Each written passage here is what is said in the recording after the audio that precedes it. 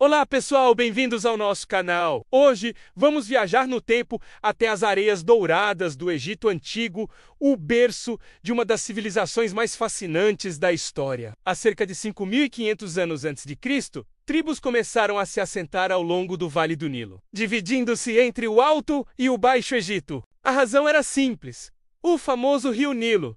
Os egípcios o chamavam de Ítero, o grande rio, e o consideravam um presente dos deuses. Suas cheias anuais deixavam o solo fértil, uma terra escura que eles chamavam de Kemet, possibilitando a agricultura e o florescimento de cidades. Com o tempo, essas cidades independentes viram surgir seus primeiros governantes. Por volta de 3100 AC, Código, um rei do Alto Egito, conhecido como Narmer ou Menes, unificou as duas regiões, tornando-se o primeiro faraó e dando início a uma linhagem de 30 dinastias. Ele fundou a cidade de Mênfis, que se tornou a capital estratégica do império. Os faraós não eram apenas reis. Eram vistos como deuses na terra, descendentes diretos do deus Horus. Por isso, a linhagem divina era tão importante que, às vezes, mulheres assumiam o trono em vez de um homem sem o sangue real. O herdeiro era preparado desde a infância, aprendendo sobre táticas militares, história e rituais religiosos. Em 2680 AC, Código começou o Império Antigo, a Era das Pirâmides. O Egito já era um império próspero, com avanços incríveis na arte e arquitetura. As pinturas nos templos, feitas com pigmentos naturais, retratavam desde o cotidiano até grandes vitórias militares e rituais sagrados. O império prosperou, mas por volta de 2200, a seca prolongada gerou fome e instabilidade. O poder do faraó enfraqueceu e o Egito se dividiu. Foi apenas em 2055, AC Código que Mentuhotep II da cidade de Tebas reunificou o Egito, dando início ao Império Médio. Nesta nova era, a crença na vida após a morte ganhou ainda mais força. Os faraós começaram a construir pirâmides colossais para servirem de túmulos. A primeira foi a Pirâmide de Degraus de Djoser,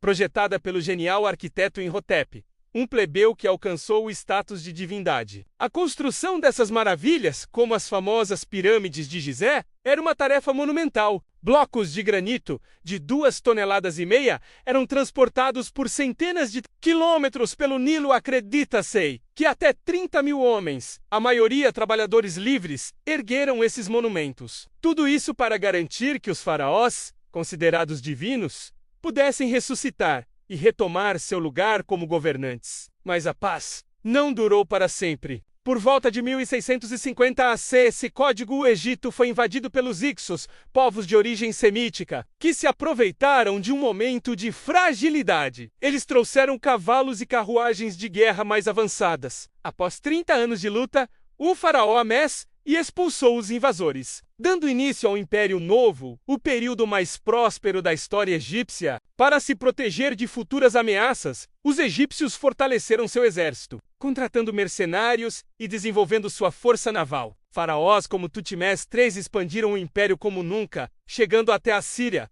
Foi durante seu reinado que ocorreu a Batalha de Megido, a primeira a ser registrada em detalhes na história. No entanto, o reinado do faraó Akhênaton trouxe uma grande reviravolta. Ele tentou extinguir o culto aos deuses tradicionais e instituir a adoração a um único deus. Otan, sua esposa, era a famosa Nefertiti. Essa revolução religiosa causou caos e enfraqueceu o império. Após a morte e controvérsia de Akhênaton, seu filho, o jovem Tutankhamon, subiu ao trono com apenas 9 anos. Seu reinado foi curto e marcado por intrigas, mas sua tumba, descoberta quase intacta em 1922, nos deu um vislumbre incrível da riqueza e dos costumes da época. Depois de Tutankhamon, o general Horemheb e seu sucessor, Ramsés I, restauraram a ordem. Mas foi Ramsés II o Grande que se tornou o maior faraó do Egito. Seu reinado foi o mais longo, e ele liderou o exército na famosa Batalha de Kadesh contra os hititas. A batalha terminou em empate,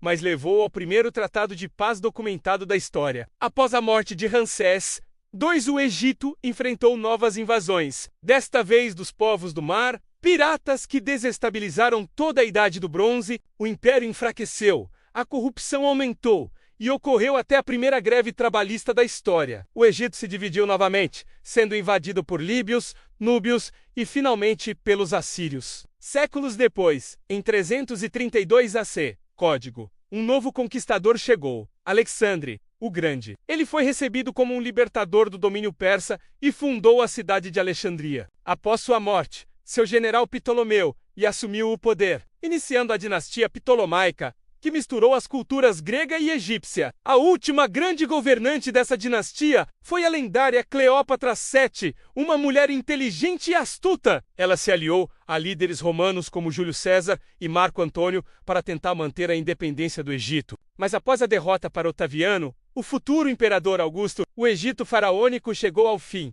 tornando-se uma província romana. O legado do Antigo Egito, com suas pirâmides, faraós e deuses, é imenso e continua a nos fascinar. Uma civilização que por milênios brilhou como uma das maiores que o mundo já viu. Obrigado por assistir! Se você gostou desta viagem pela história, não se esqueça de curtir, compartilhar e se inscrever no canal para mais conteúdos como este. Até a próxima!